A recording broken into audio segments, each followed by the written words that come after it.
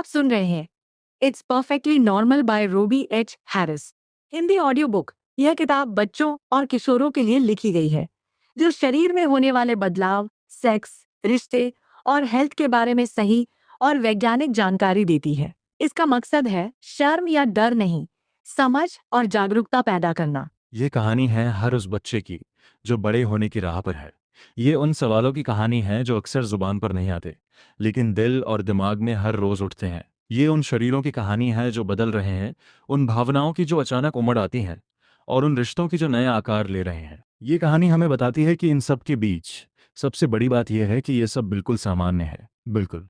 कहानी शुरू होती है एक बुनियादी सवाल से, आखिर सेक्स है क्या? ये सिर्फ एक शब्द नहीं है, यह हमारे होने का एक हिस्सा है। ये बताता है कि हम लड़के हैं या लड़कियां, और इसके साथ जुड़े हमारे विचार, हमारी पहचान, हमारी भावनाएं। लेकिन सेक्स का एक और मतलब भी है।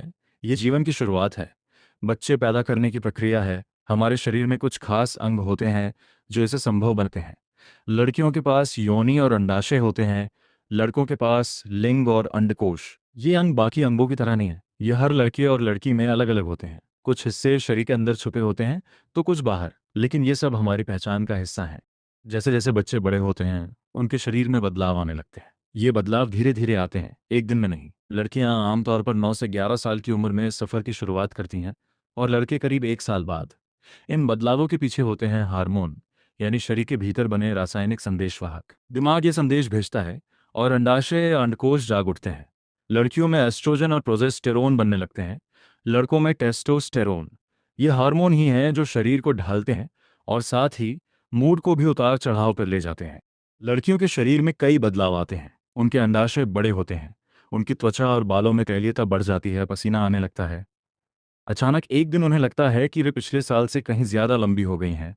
उनके हाथ पैर लंबे हो गए हैं, उनके चेहरे की हड्डियां बदलती हैं, जिससे वे और भी जवान दिखने लगती हैं। उनके कूल्हे चौड़े होते हैं, शरीर में गोलाई आती है, स्तनों का विकास होता है, निप्पल गहरे रंग के हो सकते हैं, और सबसे महत्वपूर्ण बदलाव है मासिक धर्म की शुरुआत। ये उनके शरीर की ये बताने का तरीका है कि अब उनके अंडाशय परिपक्व अंडे बना सकते हैं। ये सब एक साथ नहीं होता, बल्कि धीरे धीरे कई सालों में। लड़कों के शरीर में भी उतने ही गहरे बदलाव आते हैं। उनके अंडकोश बड़े होते हैं, लिंग लंबा और मोटा होता है, उनकी त्वचा भी तैलीय होती है, पसीना आने लगता है। अचानक एक दिन उनकी आवाज़ में गड़बड़ी होने लगती है, कभी फटती है, कभी सीटी बज जाती है। यह उनका लैरिंक्स यानी वॉइस बॉक्स बड़ा हो रहा होता है। उनके कंधे और छाती की मांसपेशियां विकसित होती हैं। उनके शरीर पर बाल उगने लगते हैं, बगलों में, चेहरे पर और निजी अंगों के आसपास। और सबसे बड़ा बदलाव यह होता है कि उनके अंडकोश शुक्राणु बनाने लगते हैं। ये बदलाव धीरे धीरे होता है, और कुछ बच्चे तो इसे बिना किसी निशानी के पार कर लेते हैं। शरीर में इन बदलावों के साथ मन में भी नई हलचलें शुरू होती हैं। ये वह समय होता है जब लड़के और लड़कियां किसी के प्रति अजीब सा आकर्षण महसूस करने लगते हैं। यह आकर्षण इतना तेज हो सकता है जैसे कोई चुंबक खींच रहा हो। दिल तेज धड़कने लगता है, शरीर में गर्मी सी महसूस होती है, और सिर्फ उस व्यक्ति के पास बैठना ही सब कुछ लगने लगता है। ये सब क्रश कहलाता है, और ये बिल्कुल सामान्य है। ये क्रश किसी सहपाठी पर हो सकता है, किसी पड़ोस के लड़के या लड़की पर, या फिल्मी सितारों पर भी। ये लड़कियों पर हो सकता है या लड़कों पर। ये हमें अपने शरीर के बारे में और दूसरों के शरीर के बारे में नई बातें सोचने पर मजबूर करता है। ये सब उस यात्रा का हिस्सा है जहां हम अपनी यौन भावनाओं को पहचानना सीख रहे होते हैं। इस यात्रा में हम अपनी पहचान को भी समझने लगते हैं। कुछ लोग लड़कियों की ओर आकर्षित होते हैं, उन्हें स्ट्रेट कहा जाता है। कुछ लोग लड़कों की ओर आकर्षित होते हैं, उन्हें गे कहा जाता है। लड़कियों के लिए लेस्बियन शब्द भी है। और कुछ लोग दोनों की ओर आकर्षित होते हैं, वे बाइसेक्सुअल होते हैं। यह आकर्षण कोई चुनाव नहीं है, यह हमारे भीतर की प्राकृतिक बात है जिसके साथ हम पैदा होते हैं। और फिर कुछ लोग ऐसे भी होते हैं जिनकी पहचान उस लिंग से मेल नहीं खाती जिसमें वे पैदा हुए थे। एक लड़के के शरीर में पैदा हुआ व्यक्ति अपने आप को लड़की महसूस कर सकता है, या इसके विपरीत। ऐसे लोगों को ट्रांसजेंडर कहा जाता है। ये पहचान भी बदल सकती है। कभी कभी ये एक स्थायी भावना होती है, तो कभी ये एक यात्रा होती है। हर किसी की पहचान अलग होती है, और हर पहचान को सम्मान मिलना चाहिए। इन सब बदलावों के बीच शरीर की देखभाल करना एक नई चुनौती बन जाती है। अब पहले से ज़्यादा पसीना आता है, और इससे शरीर से बदबू आने लगती है। नियमित रूप से नहाना, साबुन का इस्तेमाल करना और डिओडोरेंट का उपयोग करना ज़रूरी हो जाता है। चेहरे पर दाने यानी जिट्स निकलने लगते हैं, ये भी सामान्य है, और अक्सर ये अपने आप ठीक हो जाता है। लड़कियों के स्तन विकसित होने लगते हैं, और वे ब्रा पहनना शुरू कर सकती हैं। ये पूरी तरह से उनकी अपनी पसंद है। कोई हर समय पहनता है, कोई सिर्फ खेलने के समय, तो कोई बिल्कुल नहीं पहनता। लड़के खासकर जो खेलों में भाग लेते हैं, कभी कभी जॉक स्ट्रैप या एथलेटिक कप पहनते हैं। यह सुरक्षा के लिए होता है। इन सब चीज़ों का ध्यान रखना कभी कभी बोझ लग सकता है, लेकिन अच्छा खाना, व्यायाम करना और पर्याप्त नींद लेना इस दौरान शरीर और मन दोनों को स्वस्थ रखने में मदद करता है। लेकिन शारीरिक बदलावों से ज़्यादा उलझन भरे होते हैं मन के बदलाव। ये वो समय होता है जब बच्चे अपने बदलते शरीर को लेकर तरह तरह की भावनाओं से गुजरते हैं। कभी वे खुद को देखकर बहुत खुश होते हैं, तो कभी शर्मिंदा। कभी वे उत्साहित होते हैं कि वे बड़े हो रहे हैं, तो कभी डर जाते हैं कि उनके साथ क्या हो रहा है। सबसे बड़ी चुनौती होती है दूसरों से अपनी तुलना करना। कोई लड़का बाकियों से पहले लंबा हो जाता है, तो कोई बाद में। किसी लड़की का मासिक धर्म पहले शुरू हो जाता है, तो किसी का बाद में। ये सब आनुवंशिकता पर निर्भर करता है। लेकिन इस दौरान पहले या बाद में होने का दबाव बहुत बड़ा होता है। दोस्तों के बीच मजाक, टीजिंग या यहाँ तक कि दोस्ती में बदलाव आ सकता है। कभी कभी दोस्त पहले जैसे नहीं रहते, नए दोस्त बनते हैं। और कभी कभी प्यार की भावनाएं पुरानी दोस्ती में दीवार खड़ी कर देती हैं। यह सब बहुत अजीब लग सकता है, लेकिन यह भी इस बदलाव का हिस्सा है। हार्मोन के बढ़ते उतार चढ़ाव के साथ भावनाएं भी यूटर्न लेने लगती हैं। एक पल बच्चा बहुत खुश होता है, तो अगले ही पल बिना वजह उदास हो जाता है। कभी उसे लगता है कि वो अब बड़ा हो गया है और उसे बड़ों जैसी आज़ादी चाहिए, तो कभी वो फिर से छोटा बच्चा बनकर माँ की गोद में सिमटना चाहता है। ये उलझन, ये झूला, ये सब इस बदलाव का स्वाभाविक हिस्सा है। धीरे धीरे जैसे जैसे शरीर और मन नए रूप में ढलते हैं, ये उलझन भी कम होती जाती है और आत्मविश्वास बढ़ता है। इसी दौर में एक और सामान्य अनुभव होता है हस्तमैथुन। ये शब्द सुनते ही शायद बहुत से बच्चे झिझक जाते हैं, लेकिन ये अपने ही शरीर के यौन अंगों को छूने या रगड़ने का एक प्राकृतिक तरीका है, जो आनंद के लिए किया जाता है। ये हानिकारक नहीं है। इससे न तो गर्भधारण होता है, न ही कोई संक्रमण फैलता है। ये पूरी तरह से एक व्यक्तिगत पसंद है। ये यौवन के दौरान तीव्र होने वाली यौन भावनाओं को समझने और उनसे निपटने का एक सुरक्षित तरीका है। जब यह क्रिया चरम पर पहुंचती है, तो शरीर में एक सुखद अनुभूति होती है, जिसे ऑर्गेज़्म कहते हैं। यह अनुभव हर किसी को अलग अलग समय पर अलग अलग तरीके से हो सकता है। कुछ लोग इसे कभी अनुभव नहीं करते, कुछ लोग हर बार करते हैं। ये सब सामान्य है। ये सभी बदलाव एक बड़ी तैयारी है। ये तैयारी है प्रेम करने की, सेक्सुअल इंटरकोर्स की। ये एक ऐसा कार्य है जिसमें दो लोग आपस में बेहद करीब आते हैं, एक दूसरे के प्रति अपने प्यार और विश्वास को शारीरिक रूप से व्यक्त करते हैं। जब एक लड़के का लिंग लड़की की योनि में प्रवेश करता है, तो इससे बच्चे की उत्पत्ति हो सकती है। लेकिन अक्सर लोग इसलिए संभोग करते हैं क्योंकि ये उन्हें अच्छा लगता है। ये उनके बीच के प्यार को और गहरा करता है। मेकिंग लव यानी प्रेम करने का यह सिर्फ एक तरीका है। प्यार जताने के और भी तरीके हैं: गले लगाना, चूमना, हाथ पकड़ना या साथ में वक्त बिताना। संभोग करने से पहले यह समझना बहुत जरूरी है कि यह एक बड़ी जिम्मेदारी है। इसलिए समझदारी यही है कि जब तक हम इसके लिए पर्याप्त परिपक्व न हो, तब तक प्रतीक्षा करें। अब्स्टिनेंस यानी संयम का मतलब है किसी भी तरह के संभोग से दूर रहना। ये सबसे सुरक्षित तरीका है। लेकिन अगर कोई व्यक्ति संभोग करना चाहता है, तो उसे यह भी जानना चाहिए कि गर्भधारण को रोकने के तरीके होते हैं, जिन्हें बर्थ कंट्रोल या गर्भ निरोधक कहते हैं। कंडोम, गोलियां, आईयूडी, ये कुछ तरीके हैं। लेकिन याद रखना जरूरी है कि कोई भी तरीका 100% सुरक्षित नहीं होता। और सबसे महत्वपूर्ण बात, संभोग से एचआईवी जैसे गंभीर संक्रमण भी फैल सकते हैं। कंडोम का सही तरीके से और हर बार इस्तेमाल करके इन संक्रमणों के खतरे को काफी हद तक कम किया जा सकता है। संभोग की प्रक्रिया को समझने से पहले यह समझना जरूरी है कि एक नया जीवन कैसे शुरू होता है। ये शुरुआत होती है गर्भधारण से। एक लड़की के अंडाशय से हर महीने लगभग एक अंडा निकलता है। ये अंडा फैलोपियन ट्यूब से होते हुए गर्भाशय की ओर बढ़ता है। यदि इसी दौरान संभोग के जरिए लड़के के शरीर से लगभग 500 मिलियन शुक्राणु बाहर निकलते हैं, तो वे अंडे की ओर तैरने लगते हैं। यह एक अद्भुत यात्रा है। अंडा अपनी ओर एक रासायनिक संकेत भेजता है, जिससे केवल कुछ सौ शुक्राणु ही उसके पास पहुंच पाते हैं। अंत में केवल एक शुक्राणु अंडे के अंदर प्रवेश कर पाता है, और तब एक नई कोशिका बनती है, जाइगोट। यह जाइगोट फैलोपियन ट्यूब से गुजरता हुआ गर्भाशय में पहुंचता है, और वहां वह गर्भाशय की दीवार से चिपक जाता है। अब यह एम्ब्रियो कहलाता है।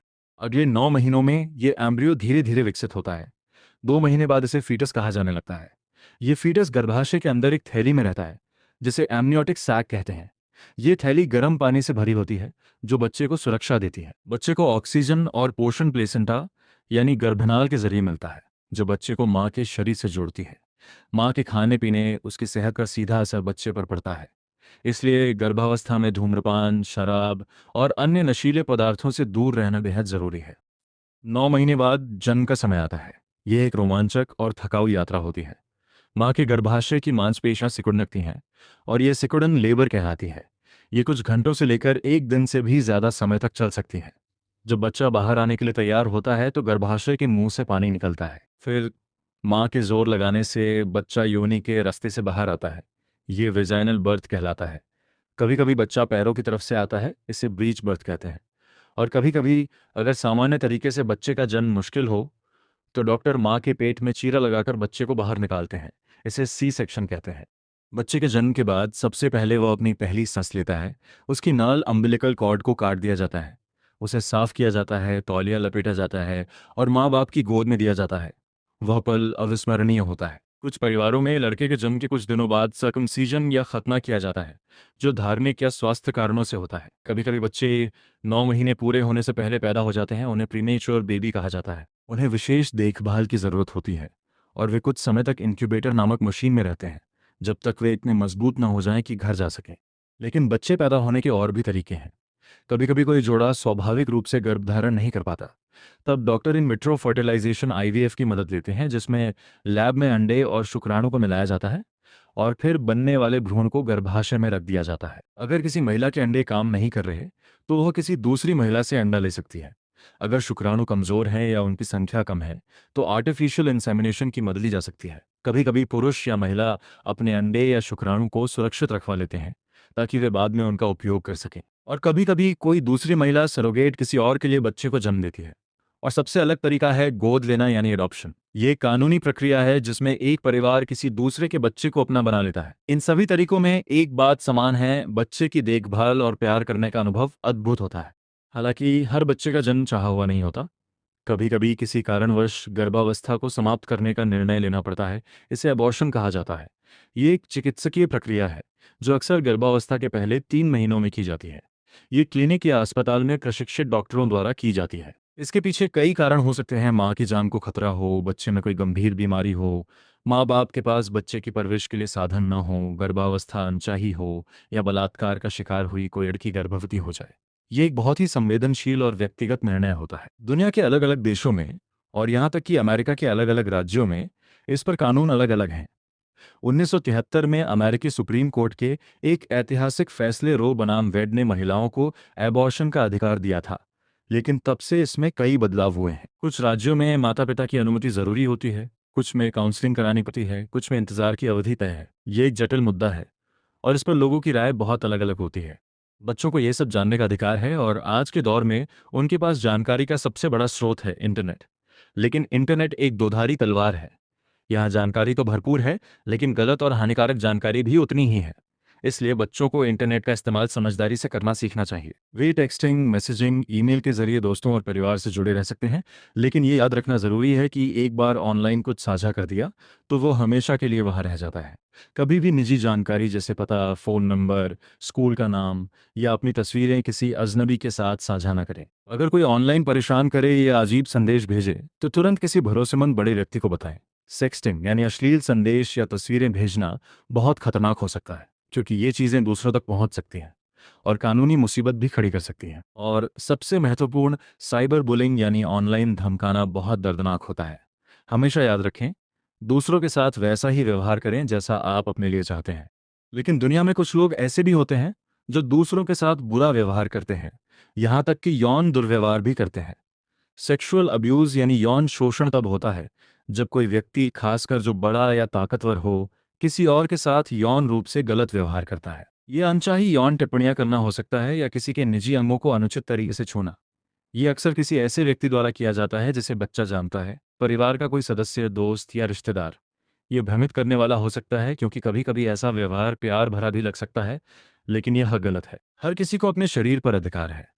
अगर कोई आपको ऐसा महसूस कराए कि आपके साथ कुछ गलत हो रहा है तो नहीं कहने का हक है। ये कभी भी पीड़ित की गलती नहीं होती। ऐसी स्थिति में किसी भरोसेमंद बड़े व्यक्ति से बात करना बेहद जरूरी है, चाहे वह माता पिता हों, टीचर हों या स्कूल काउंसलर। बात तब तक करते रहें जब तक कोई आपको सुनने और आपकी मदद करने को तैयार ना हो जाए। सेक्सुअल अब्यूज का एक और रूप है सेक्सुअली ट्रांसमिटेड डिजीज यानी एसटीडी। ये ऐसी बीमारियां हैं जो संभोग के दौरान एक व्यक्ति से दूसरे में फैलती हैं। इनमें क्लैमाइडिया, गोनोरिया, सिफिलिस जैसे बैक्टीरियल संक्रमण है जिनका इलाज संभव है, लेकिन अगर समय पर इलाज न हो तो ये बहुत गंभीर हो सकते हैं। हेपेटाइटिस बी और HPV human papilloma virus viral संक्रमण है। एचपीवी से सर्वाइकल कैंसर हो सकता है, लेकिन इसका टीका उपलब्ध है। हर्पीज वायरस का कोई इलाज नहीं है, लेकिन इसके लक्षणों को कंट्रोल किया जा सकता है। इन सबसे खतरनाक है एचआईवी, जो एड्स का कारण बनता है। ये वायरस शरीर की रोग प्रतिरोधक क्षमता को इतना कमजोर कर देता है कि शरीर छोटी मोटी बीमारियों से भी नहीं लड़ पाता। एचआईवी संक्रमित खून, असुरक्षित संभोग या संक्रमित मां से बच्चे में फैल सकता है, लेकिन यह हाथ मिलाने, गले लगाने या एक साथ बैठने से नहीं फैलता। इन सब बीमारियों से बचने का सबसे सुरक्षित तरीका है अब्स्टिनेंस, यानी संभोग से दूर रहना। लेकिन अगर कोई संभोग करता है तो कंडोम का सही तरीके से इस्तेमाल करके इन संक्रमणों के खतरे को बहुत कम किया जा सकता है। एचआईवी से पीड़ित व्यक्ति के साथ दयालुता और सम्मान से पेश आना चाहिए। उन्हें अलग थलग नहीं करना चाहिए, बल्कि उन्हें दोस्त की तरह गले लगाना चाहिए, हाथ मिलाना चाहिए। इस लंबी यात्रा के अंत में सबसे बड़ी बात यह है कि अपने शरीर का ध्यान रखना, अपने बारे में सही जानकारी रखना और स्वस्थ रिश्ते बनाना ही असली स्वास्थ्य है। ये सिर्फ शारीरिक स्वास्थ्य नहीं है, बल्कि मानसिक और भावनात्मक स्वास्थ्य भी है। अच्छा खाना, व्यायाम करना, साफ सफाई रखना और नियमित रूप से डॉक्टर से जांच करवाना जरूरी है। लेकिन इससे भी ज्यादा जरूरी है दूसरों के साथ स्वस्थ संबंध बनाना। दोस्ती, प्यार, सम्मान, ये सब हमें सही रास्ते पर रखते हैं। इस उम्र में दोस्तों का दबाव बहुत होता है, लेकिन हमेशा वही करना चाहिए जो आपको सही लगे, जो आपके लिए सुरक्षित हो।